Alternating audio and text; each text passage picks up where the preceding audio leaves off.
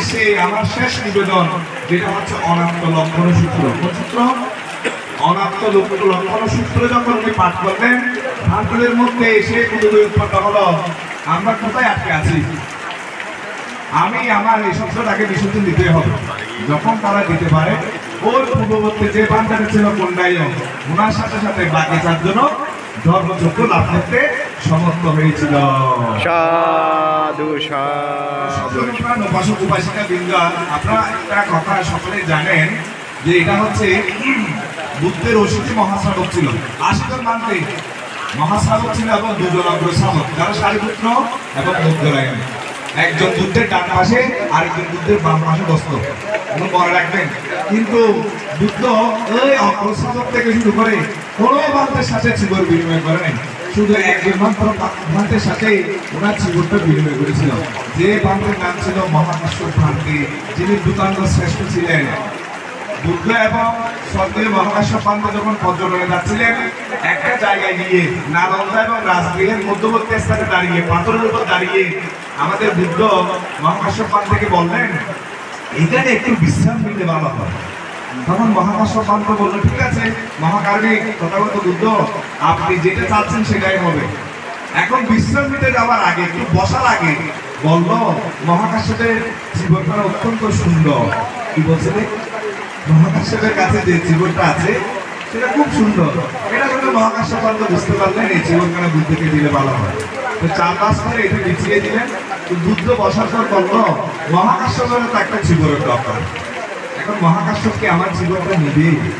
এটা শুনে মহাকাশ্যপ ভ্রান্ত এত খুশি হয়েছিলেন, বলছে আমার মতো এরকম একজন অদম শিষ্য বুদ্ধদের মধ্যে শ্রেষ্ঠ, যিনি সম্মুখ ওনার একটা জীবন পাবে, এই থেকে আনন্দের কি হতে পারে।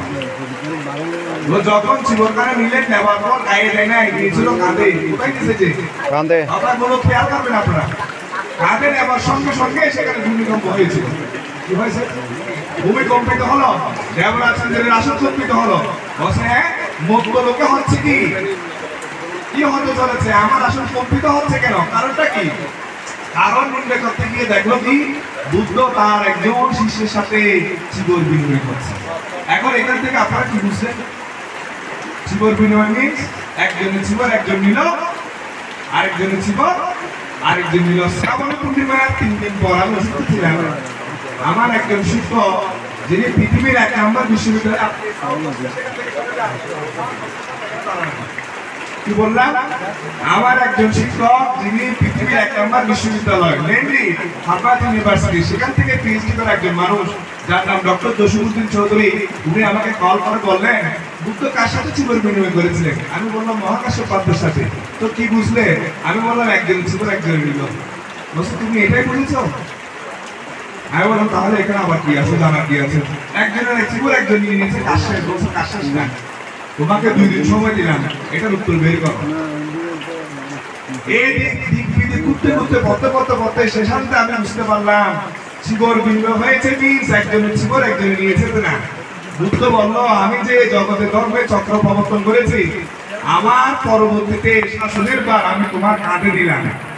জীবন দিয়েছি না, কি দিয়েছি যে শাসনের বার আমি তোমার হাতে দিয়ে গেলাম।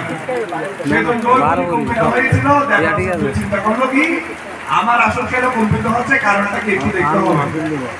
ভূমি কেন কম্পিত হলো? বুদ্ধের যত পূর্ণ কাজ সবকিছুতে ভূমি কম্পিত হয়েছিল শুরু থেকে শেষ।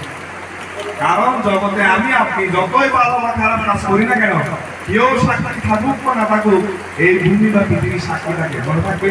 ইসলাম ধর্ম বলে উপরে যারা সাক্ষী আছে, আপনারা বলবেন আমি তো সাক্ষী আছি, আমি জানি কাজটা করেছি, আমার সাথে সাথে আরেকজন আছে, সেটা হচ্ছে ভূমি বা পৃথিবী।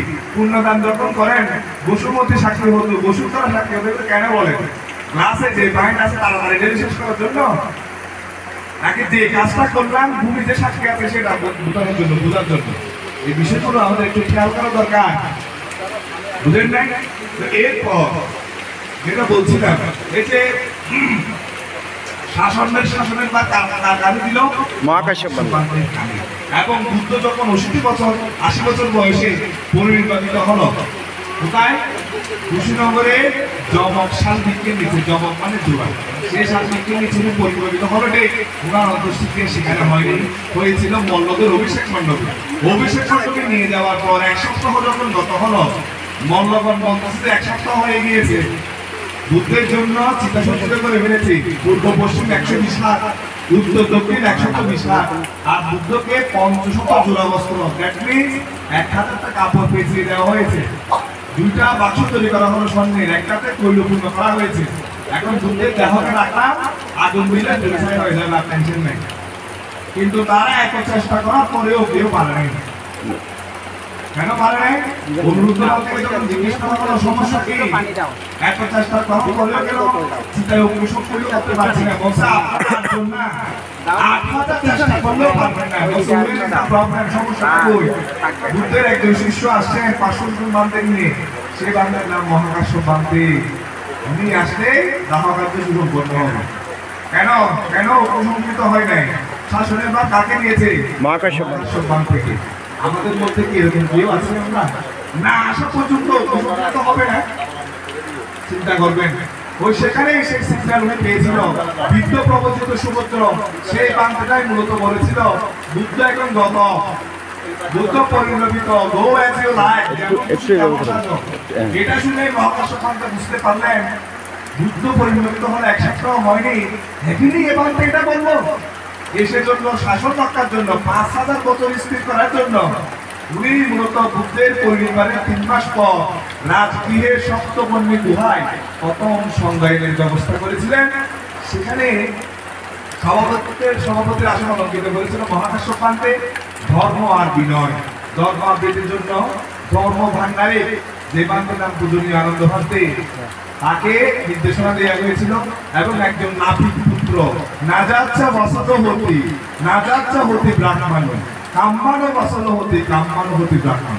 জন্মের দ্বারা কেউ ব্রাহ্মণ হয় না, সন্তান হয় না, কর্মের মাধ্যমে হয়। যেমন বি.এম. আম্বেদকর, বাবা সাহেব তাকে বলে। চিন্তা করেন, যিনি ভারতের সংবিধান রচয়িতা, কোথায় জন্মেছেন, কোথায় গেলেন, মিনিস্ট্রি অফ ল, সেটাও করতে হবে। বিশেষ যেটা দেখেন, আমি যেটা বলছি সেখানে যেটা বলছি, বাংলা এসে ওই উপালিকে নির্দেশনা দিল কি আপনি বিনয় আবৃত্তি করুন। ওনারা পুনরায় যে ধর্মের চক্র পুনরায় ঘুরানো শুরু করলো, অর্থাৎ ওয়েল বিগান ইজ হাফ ডান। শুরুটা যদি সুন্দর হয়, কাজের অন্তরটা সুসম্পন্ন হয়ে যায়। এই যে দায়িত্ব নিয়ে ধর্মের চক্র পুনরায় প্রমাণ করলো, এখন কত চলছে, কত যুদ্ধ আপনাদের হিসাব আছে, একটু চিন্তা করিয়ে 5000 বছর জন্য স্থায়ী করে দিয়েছে। বললো প্রথম দায়িত্ব আমি নিলাম, পরবর্তীতে বিপুরা পরম্পরা এই দায়িত্ব প্রতিপালন করে যাবে। মানুষের জন্য এই কল্যাণমুখী ধর্ম প্রচার করবে। এরপর দ্বিতীয় সংস্কৃতি, তারপর 218 বছর পর তৃতীয় সংস্কৃতি, আর পৃষ্ঠপোষকতায় সম্রাট অশোকের পৃষ্ঠপোষকতায় পাটলিপুত্র হয়েছিল, যেখানে উনি মুঘলের প্রতিষ্ঠাবান থেকে জিজ্ঞেস করেছিল বুদ্ধের ধর্ম স্কন্ধের সংখ্যা কত? বললো 84,000। বলছে তাহলে আমি 84,000 চৈত্রই নির্মাণ করে দেবো। তো ষষ্ঠ সংখ্যায় পর্যন্ত হলো, শেষটা বার্মায়। তাহলে এখনো কিন্তু সংখ্যক আদিতে মধ্যে অন্তিমে কল্যাণমুখী ধর্ম আপনাদের উদ্দেশ্যে নির্মাণ করে যাচ্ছে। বিষয়গুলো আমাদের একটু জানা দরকার।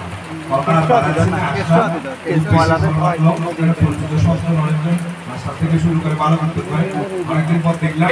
তো সর্বোপরি মহান ভিক্ষু সঙ্গে চরণে বন্দনা জানিয়ে এখানে যারা উপস্থিত হয়েছেন, প্রত্যেকে ভালো থাকুন, সুখে থাকুন, নিরাপদে থাকুন, নির্বিঘ্নে থাকুন, নির্বিঘ্নে থাকুন। কোন ভাবনা? এটা কোন ভাবনার কথা বলবেন? আমি যে বললাম নিরাপদে থাকুন, সুখে থাকুন, নির্বিঘ্নে থাকুন, নির্বিঘ্নে থাকুন, কোন ভাবনা? মৈত্রী ভাবনা। এই পুণ্যের কাছে প্রার্থনা রেখে আমার প্রারম্ভিক বক্তব্য ধর্মান্বিত পরিবেশন এখানে শেষ করলাম। সাধু সাধু সাধু।